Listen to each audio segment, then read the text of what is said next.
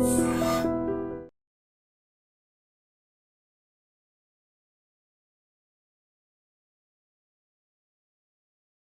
అండి, నా పేరు గౌతమ్ కొడుకుల.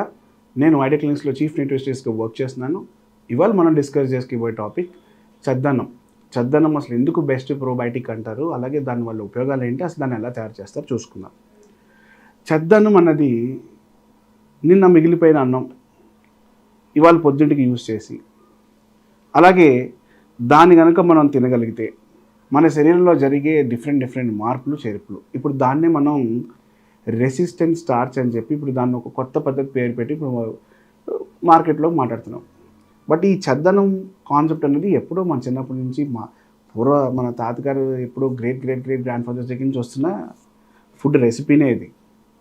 అయితే దాన్ని వేరే విధంగా చేసేవారు. ఏం చేసేవారు అంటే మిగిలిపోయిన అన్నంలో కొంచెం పెరిగేసి, అలాగే కొంచెం నీళ్ళు వేసేసి వదిలేసేవారు రాత్రి అంతా ఒక కుండలో పెట్టి.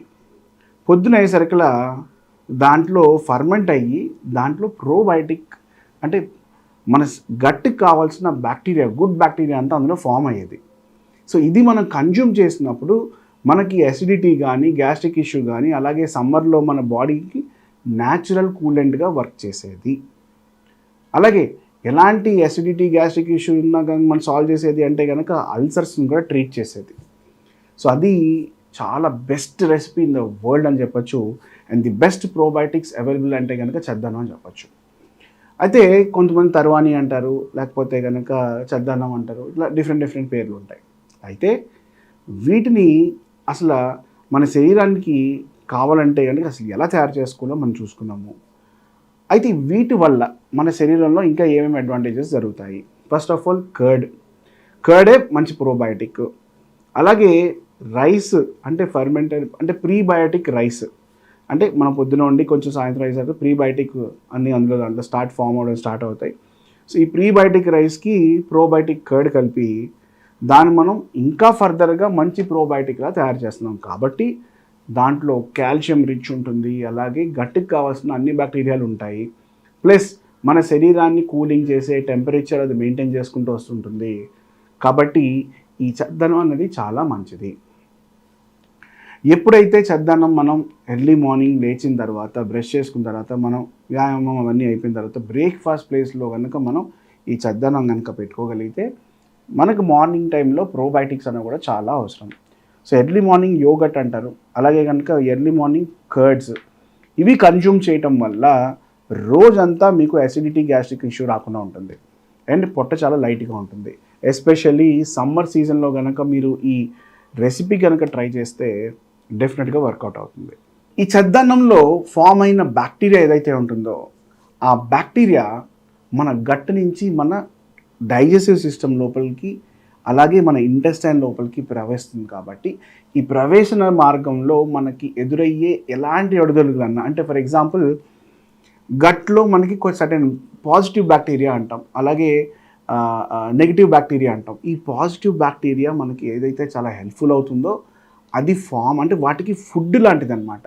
సో ఆ బ్యాక్టీరియాకి ఇది కనుక మనం అందించగలిగితే ఆ పాజిటివ్ బ్యాక్టీరియా బిల్డప్ అనేది చాలా బాగా జరిగి ఆ నెగిటివ్ బ్యాక్టీరియాని దాన్ని తొలగించి మనకు శరీరాన్ని కూలింగ్ చేసే ఒక టెంపరేచర్ ఏర్పాటు చేసి, అలాగే డైజెషన్ ఇష్యూస్ అంటే కాన్స్టిపేషన్ కానీ, లేకపోతే అసిడిటీ కానీ, జర్డ్ కానీ, ఎలాంటి ఇష్యూస్ ఉన్నా కానీ సాల్వ్ చేసే ఏకైక పవర్ఫుల్ ప్రోబయోటిక్స్ ఏదైనా ఉంది అంటే కనుక ఈ చద్దన్నం మాత్రమే. అయితే ఈ చద్దన్నం ఒక్కొక్క ఏరియాలో ఒక్కొక్క విధంగా తయారు చేసుకుంటారు. కొంతమంది దాంతో మళ్ళీ పచ్చిమిరపకాయలు, ఉల్లిపాయలు ఇవి యాడ్ చేసి వెళ్తారు.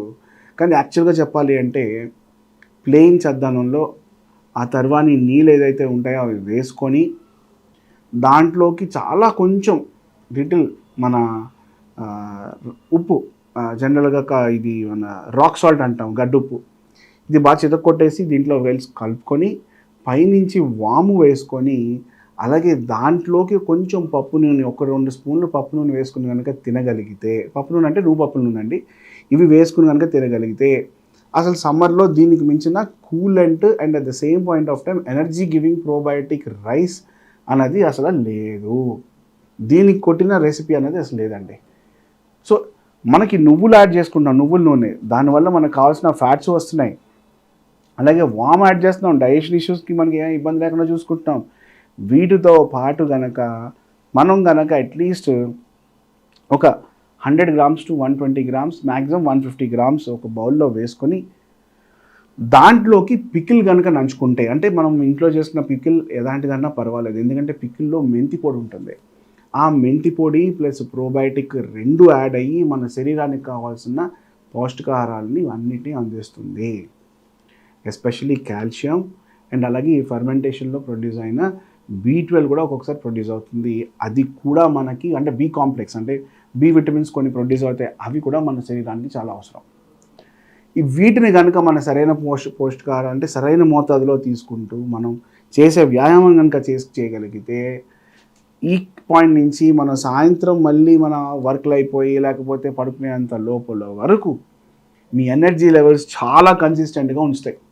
అండ్ అలాగే దాంట్లో ఆల్ గుడ్ సింపుల్ కార్బోహైడ్రేట్స్ ఉంటాయి దాంట్లో. అంటే జనరల్గా షుగర్స్ పెంచే ఇది కూడా ఉంటుంది ఒక షుగర్ పేషెంట్స్కి అయితే వాళ్ళు ఏం చేయొచ్చు అంటే కనుక దీంతో పాటు కొంచెం కీరా క్యారెట్ తినడము, లేకపోతే కనుక ఒక ఆకుకూర పప్పు పెట్టుకుని తినడము, లేకపోతే కనుక ఒక చిక్కుడుకాయ కూర పెట్టుకోవడం తినడము, ఇలాంటి వాటితో కనుక ఈ కాంబినేషన్లో కనుక తినగలిగితే డెఫినెట్గా మీ షుగర్ లెవెల్స్ అనేవి కూడా పెరగకుండా ఉంటాయి.